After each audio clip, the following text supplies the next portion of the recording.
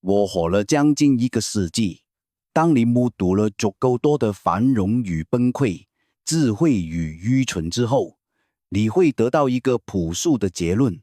人们总是不停地问我，查理，你成功的秘诀是什麼？你是如何抓住呢些百年一遇的機會？我的答案總是讓他們失望，因為真正嘅成功，尤其是在投資這個殘酷嘅經濟場裏，並非來自於你做對了多少次，而是源於你巧妙地避開了多少次足以讓你萬劫不復的災難。這就是我奉行一生嘅逆向思考藝術。大多數人都在想如何成功，而我則花費了畢生的精力去思考如何才能避免失敗。這聽起來很簡單，甚至有些消極，但請相信我，這是投資哲學最堅硬的基石。你們懂得計算市盈率，懂得分析財報，卻往往忽略了那些潛伏在人性深處比任何市場崩盤都更具殺傷力的敵人。今天我就要像一位外科醫生一樣冷酷地為你們揭示並切除投資者必須像躲避瘟疫一樣堅決避免的3個致命毒瘤。記住，避開一個愚蠢的錯誤，遠比抓住一個平庸的機會更有價值。現在，讓我們嚟解剖第一具屍體，這也係投資墳場裏最常見嘅死因，稱為傾術嘅勞力。如果你想在投資這場殘酷的遊戲中生存下來，你首先必須戰勝的不是市場，不是你的對手，而是你自己大腦深處那2頭史前怪獸——貪婪與恐懼。這2頭怪獸從人類誕生之初就盤踞在我們的基因裡，它們曾經幫助我們的祖先在野外生存，但在金融市場這個現代叢林裡，他們是你最致命的敵人。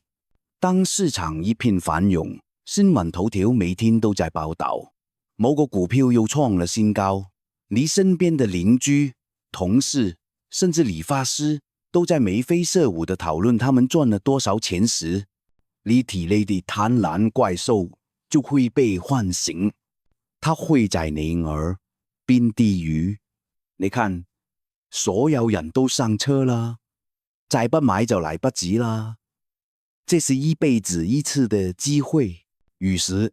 你拋棄了所有的理智，忘記了所有的估值原則，你衝了進去，在高點接盤，成為了最後一個傻瓜。這個就係我所說嘅人類心理學上一個極其強大嘅力量。社會認同稱上，人類是群居動物，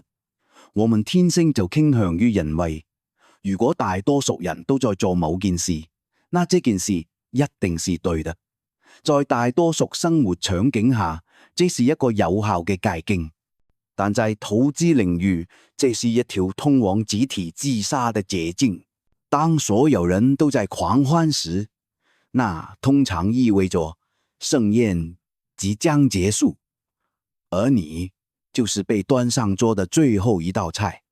然後不可避免的，市場轉向了，泡沫破裂，股價暴跌。此刻你體內另一頭更兇猛的怪獸恐懼登場了。你看着你的賬戶每天都在縮水，那種感覺就像是被人用鈍刀子一刀一刀的割肉。媒體開始渲染末日情緒，專家們紛紛預測更新嘅衰退。你身邊那些昨天還在炫耀收益嘅人，今天都變成了模擬預言家。恐懼怪獸在你耳邊咆哮：快跑，再不跑就血本無歸啦！保住本金最重要。於是你再次拋棄了理智，在市場嘅最低點，在資產最廉價嘅時候，恐慌嘅按下了賣出鍵。你加油離場，發誓再也不碰股票了。你看，這個過程多麼完美，多麼符合人性。在高點買入，在低点卖出。这就是绝大多数人亏钱的完整剧本，一遍又一遍的上演，几百年来从未改变。他们不是被市场击败的，他们是被自己的情绪击败的。他们成了市场先生这位躁郁症患者的玩偶，被他随意摆布。那么，如何挣脱这条情绪的枷锁？如何在这场集体歇斯底里中保持清醒？我的方法聽起來很簡單，但執行起來需要鋼鐵般嘅自律。首先，你必須建立一套屬於你自己的嚴格的書面化的投資原則和檢查清單。在你做任何一筆買入或賣出決策之前，你必須像飛行員起飛前一樣，逐項對照你的清單。這家公司是否在你嘅能力圈內？它的商業模式是否堅固？管理層是否誠實可靠？目前的價格是否提供了足夠的安全邊際？這份清單就是你的防火牆，它能在你情緒上頭的時候，強行把理智拉回談判桌。它能過濾掉99%有貪婪和恐懼時的愚蠢念頭。其次，你必須刻意練習逆向思考。當所有人都貪婪時，你要感到恐懼；當所有人都在恐懼時，你要開始變得貪婪。這句話你可能聽過很多遍，但真正能做到的人鳳毛麟角。因為對抗群體、保持獨立是一件非常痛苦、非常反人性的事情。當你身邊的人都在賺錢，而你按兵不動時，你會感覺自己像個傻瓜。當市場崩盤，你卻開始買入時，你會被所有人嘲笑為瘋子。但你必須記住，卓越的回報只屬於那些敢於與眾不同的人。偉大嘅投資機會往往就藏在人們因恐慌而拋棄嘅垃圾堆裏。最後也係最重要嘅一點，你要培養一種心靜如水的投資心態。你要理解，市場的短期波動是完全不可預測的，它只是噪音，就像夏天的蟬鳴，雖然煩人，但與果實的生長無關。你不能把你的決策建立在這些隨機的噪音之上。你要做的是買入一家偉大的公司，然後給它足夠的時間去成長，去創造價值。在這個過程中，你要學會坐等，學會忍受無聊。投資的精髓不是行動，而是不行動，是擁有在風暴中安然入睡的能力。當你能夠把市場的每日報價看作是一個醉漢的胡言亂語，而不是上帝的神諭時，你就真正從情緒的奴役中解放出來了。這三點：嚴格的原則、逆向嘅心好、平靜嘅心態，共同構成了抵禦情緒瘟疫嘅堅布防線。建立這道防線很難，需要你不斷地學習心理學，不斷地反省自己嘅錯誤。但一旦建成，它將保護你的財富，穿越一切流洪，直到終點。這是你必須避開嘅第一個，也係最致命嘅陷阱。如果你認為避開了情緒嘅奴役，你就已經高枕無憂，那我必須殘酷嘅告訴你，你錯啦。因為接下嚟嘅一個錯誤呢，比情緒嘅衝動更為隱蔽，也更為致命。它甚至常常偽裝成智慧與機遇的模樣，悄悄地將你引上深淵。這個就是我今天要剖析嘅第二件，你必須向避開瘟疫一樣避免嘅事：胡資食足與超出能力圈嘅投資。我華倫巴菲特之所以能在這個變幻莫測的市場上存活近一個世紀，不是因為我們比別人更聰明，也不是因為我們掌握了什麼預測未來的水晶球，恰恰相反，是因為我們對自己的無知有助激其身法，甚至是病態嘅人士，我們一生都喺踐行一個簡單到近乎乏味嘅原則，我稱之為能力圈。這個原則的核心只有一句話：只在你真正理解的領域內下注，並且永不踏出這個圈子一步。這聽起來像是老生常談，不是嗎？但根據我近8年嘅觀察，人類歷史上幾乎所有重大嘅投資災難，都源於對呢一條簡單規則嘅傲慢背叛。在你嘅能力圈之外進行投資，就好比一個手無寸鐵嘅城市居民，被突然空投到漆黑嘅亞馬遜叢林中心，你不知道哪裏是懸崖，不知道哪裏是左閘，更不知道草叢中潛伏着什麼樣嘅猛獸。你眼前嘅每一個看似鮮艷嘅果實，都可能是致命嘅毒藥；每一個看似安全嘅庇護所，都可能是通往毀滅嘅陷阱。市場就是這樣一座黑暗而危險的森林。看看那些此起彼伏的市場狂熱吧，從上世紀末的網絡泡沫，到近些年的各種新興概念炒作。每當一個新的熱點出現，無數人就像被帶生引誘嘅女鎖，拋棄了自己賴以為生嘅常識與專業，奮不顧身嘅衝進一個自己一無所知嘅領域。他們根本不了解底層嘅技術邏輯，看不懂複雜嘅商業模式，更不用說去分析枯燥嘅財務報表。他們唯一的投資依據就是別人都在賺錢，以及對錯過下一個暴富機會的巨大恐懼。這不是投資，這是把自己嘅身家性命交給了純粹嘅隨機性與集體玩住。係有一種更具迷惑性嘅毒藥，就係所謂嘅內部消息或專家建議。總有人去神秘兮兮的向你推薦一支必漲嘅股票，聲稱幾時從某個內部高層那裏得知的各味信息。請用你清醒嘅頭腦想一想，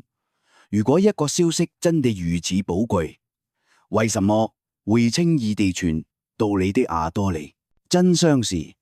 這不過是利用了你嘅貪婪與懶惰，讓你放棄獨立思考嘅責任，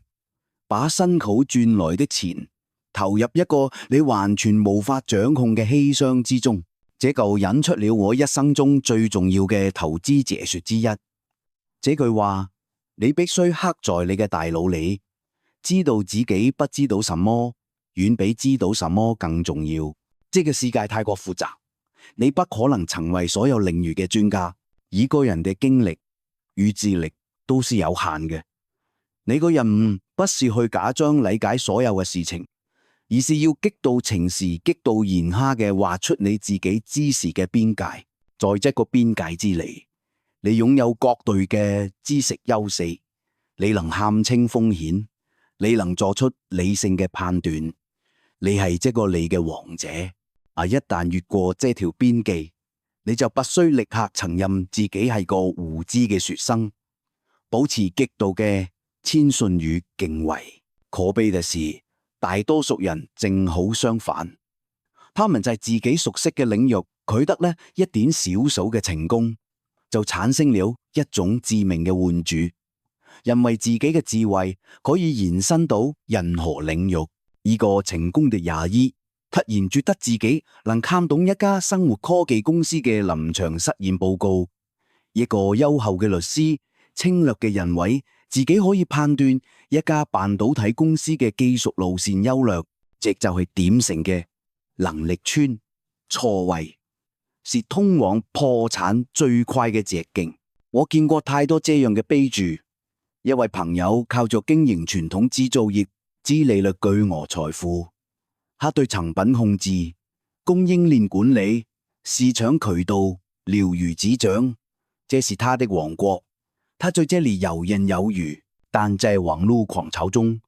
他被身邊那些關於新經濟、和改变世界的宏大叙事冲昏了头脑。他将公司大部分的利润投入到了一家他根本看不懂的網絡公司。我曾經問他幾個簡單嘅問題：這家公司嘅護城河是什麼？它的長期盈利模式是什麼？他如何應對潛在的競爭？他一個也答不出來，只是不斷重複咗媒體上那些時髦而空洞嘅詞彙，夾着毫無懸念、泡沫爆裂之後，那家公司灰灰煙滅。他幾十年嘅辛苦積累也幾乎化為烏有。他不是被市場打敗的，他是被自己的傲慢，被他那無法抑制的想要踏入未知領域的愚蠢慾望所摧毀的。所以我給你的建議是，立下坐下來，拿出一張紙，誠實地寫下你真正了解並且有能力去持續追蹤嘅行業和公司。這個清單可能會非常短，甚至短到讓你感到羞愧。但係個未關係，一個短而誠實嘅清單遠比一個長而虛榮嘅清單更有價值。這就係你的投資堡壘，你的安全區。你要做的就係用持續嘅深入嘅研究嚟不斷加固呢座堡壘嘅城牆，用冷酷嘅獨立嘅思考嚟抵禦外界嘅噪音同誘惑，遵守你嘅知識邊界，寧可因為看不懂而錯過100次看似誘人嘅機會，也絕不因為聽別人說和感覺不錯而犯下一次致命嘅錯誤。當你真正理解並踐行能力圈這個原則時，你會發現投資不再是一場充滿焦慮嘅賭博，它變成你一場你可以掌控嘅基於概率優勢嘅理性遊戲。你賭住啦，因無知而可能導致的巨大虧損漏洞，這遠比你捉做任何一次上漲嘅機會都更為關鍵。因為在呢場殘酷嘅財富獎譜中，互助力永遠比跑得快更重要。好了，我們切除到情緒的毒瘤，也劃清了能力圈嘅邊界。現在我們又面對第三個，也是最違反人性自主嘅敵人——急功近利與缺乏耐心。這是我見過嘅最普遍也最具毀滅性嘅精神瘟疫。你們生活嘅呢個時代，速度就係一孩，1分鐘看完一部電影，3分鐘讀完一本名著，當天送達的快遞。你們的文化，你們的科技，都在訓練你們追求即時滿足。而當你們把總真命的時間帶進投資領域時，你們無異於帶住火柴走進了火藥庫。我看到無數聰明人，他們每天像賭徒一樣盯着熒幕上那些紅綠相間的線條，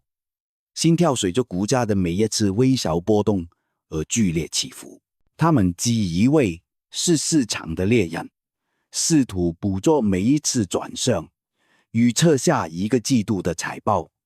打聽所謂的內幕消息。他們頻繁嘅買入、賣出、賣出，為券商貢獻你天文數字嘅佣金，為稅務局貢獻你高昂嘅資本利得稅，可唯獨未有為自己嘅賬戶共帶先人何時致慶嘅財富。願我告訴你一個殘酷嘅，佢絕對真實嘅數學邏輯，這不是投資，這不是賭博，而且是一場你永遠無法戰勝莊家嘅賭博。市場的短期波動是混沌的，是充滿雜訊的，是上帝也無法精準預測的隨機漫步。任何試圖駕馭他的人，最終只會被他無情的吞噬。華倫和我之所以能取得一點微不足道的成就，不是因為我們比別人聰明，而是因為我們比別人更有耐心，耐心得近乎發圍。我們在很早的時候就領悟了一個小學生都懂，但99%嘅成年人都無法真正踐行嘅道理：複利嘅力量。愛因斯坦說，這個是世界第8大奇蹟，但呢個奇蹟的發生有一個至關重要嘅前提條件，呢個就係時間。複利就係滾雪球，你需要找到一條很長嘅絲雪坡道，呢條長嘅坡道就是時間。而你啲幾公近你嘅人，他們的問題在於，他們總係在雪後剛剛滾了一圈，係未沾上多少水嘅時候，就迫不及地把它推倒，換一個地方重新開始。他們永遠無法體會到，當一個雪球從山頂滾到山腳時，那種排山倒海般的巨大威力。我們波克希爾哈撒韋茲嚟的大部分財富都不是靠買賣賺來的，而是靠坐等賺來的。這聽起來很荒謬，是嗎？但這就是赤裸裸的真相。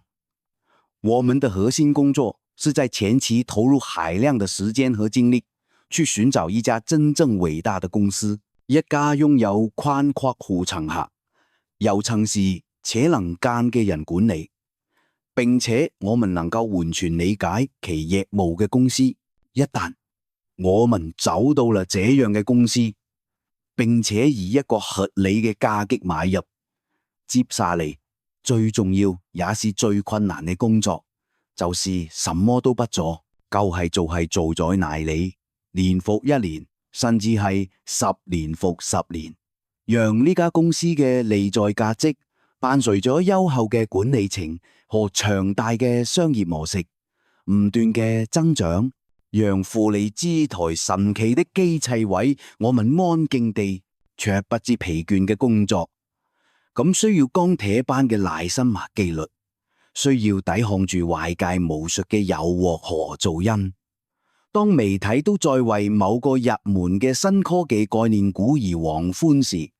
你要能坐得住。當市場陷入恐慌，你持有嘅優質股票下跌了30%甚至50%時，你也要能坐得住。這種做工比任何挖靠嘅交易技巧、任何複雜嘅金融模型都重要100倍。一個成功嘅投資者，他的心太共賞一個農夫，而不是一個獵人。獵人每天都想住要打到獵物，他追逐每一隻飛鳥，射擊每一個晃動嘅影子，他追求嘅係短期嘅刺激後極細嘅收穫。但農夫完全不同，農夫會仔細嘅選擇土壤，播下最好嘅種子，然後是耐心嘅灌溉、施肥、除草。他深刻嘅理解，從播種到收係需要經歷一個完整嘅季節，這個過程無法催促，更無法跳過。他把時間當作自己最重要嘅盟友，和陽光、雨水一起共同培育豐碩嘅果實。他不會因為今天沒有長出莊稼而焦慮，也不會因為明天颳了一陣風而恐慌。他的目光始終鎖定在整個秋季嘅豐收，而非一時一刻嘅得失。你們必須學會像農夫一樣思考，在你的投資主學裏播下幾顆優質公司嘅種子，然後給予他們最寶貴也係最廉價嘅養料時間。我有一句被引用過很多次嘅話，但係嘅智慧值得我在這裏再次為你強調。大多數人都高估了自己1年能做嘅事情，卻嚴重低估了自己10年內能做嘅事情。這句話完美的概括了急功近利嘅愚蠢。你們總想咗在1年內發財，於是你們不惜加減減，追逐一點，頻繁換手，結果往往是在1年內輸光本金。但如果你們能把眼光放長遠到10年，哪怕每年只取得一個看似平庸的回報率，在10年、20年的尺度下，福利將會為你創造出連你自己都無法想象嘅財富奇蹟。所以，請你從今天開始戒掉你對速度的毒癮，把慢慢變富這4個字刻在你的腦子裏，刻在你的書桌上，抵禦住那些關於一夜暴富嘅誘人故事。因為啦，通常是通往萬眾生源嘅捷徑。學會和你的投資標的談一場長期嘅戀愛，而不是最後轉瞬即逝嘅一夜情。當你真正理解並建行了長期主義，你就關閉了通往投資失敗的第三扇，也是最寬闊的一扇門。你會驚訝地發現，投資不再是一場令人焦慮嘅戰鬥，而是一場平靜而豐盛嘅等待。我們已經走到了旅程嘅終點。回顧這一切，你會發現我近8年嘅人生智慧可以濃縮成一個簡單卻極係生氣嘅詞：避免堅決的避免成為情緒的奴隸，任由恐懼與貪婪將你撕碎。堅決的避免在你一無所知的領域下注，那無異於在黑暗中與魔鬼共舞。堅決的避免急功近利的誘惑，因為福利這位最偉大的朋友只會獎賞那些擁有無盡耐心嘅人。這3道防線決定咗你最終是走向毀滅還是走向富足。請記住，真正的成功與財富積累從來都不是關於你抓住了多少次轉瞬即逝的風口，而是你透過持續的學習、理性的思考和鋼鐵般的自律，成功避開了多少足以致命的災難。這不僅僅是投資的秘訣，這是貫穿你整個生命的普世智慧。我希望你將那些避免的原則內化為你思考的本能，融入你的每一次決策，用它嚟構建一條堅不可摧的人生護城河，守護你的心智與財產，最終實現你種穩健而長期的成功與內心嘅深度平靜。現在拿起你無形嘅手術刀，成為你自己生命嘅手合埋科一生，果斷地切除那些阻礙你前進的思維毒瘤，留下最純粹的理性和最精華的智慧，然後去享受一個乾淨的、自由的以及無比高效的人生吧。